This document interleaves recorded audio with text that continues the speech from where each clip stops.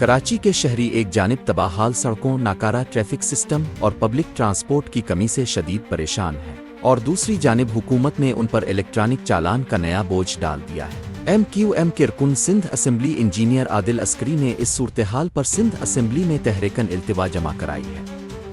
ان کا کہنا ہے کہ حکومت نے ٹریفک کے بنیادی انتظامات اور روڈ سیفٹی کے تقاضے پورے کیے بغیر شہریوں پر چالان کا نفاذ کر کے ناانصافی کی ہے۔ التوا میں کہا گیا ہے کہ پورے شہر اور صوبے میں ٹوٹی پھوٹی سڑکیں عوام کے لیے عذاب بن چکی ہیں۔ جگہ جگہ گڑے، غیر فعال سگنل اور ٹریفک سائن بورڈز کی کمی نے ٹریفک کے نظام کو مفلوج کر دیا ہے۔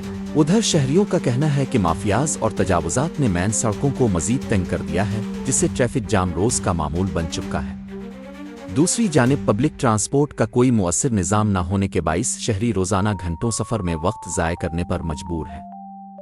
انجینئر عادل عسکری کے مطابق ان حالات میں چالان لگانا قبل از وقت غیر منصفانہ اور عوام دشمن اقدام ہے۔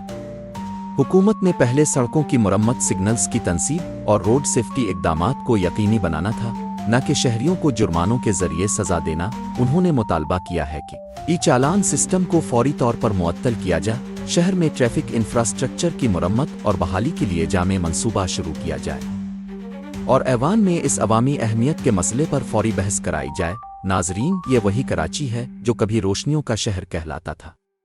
آج وہی شہر مٹی گرد، ٹوٹی سڑکوں اور بدانتظامی کے بوجھ تلے دب چکا ہے۔ سوال یہ ہے کہ حکومت شہریوں سے جرمانے وصول کرنے سے پہلے کب ان کو بنیادی سہولیات فراہم کرے گی؟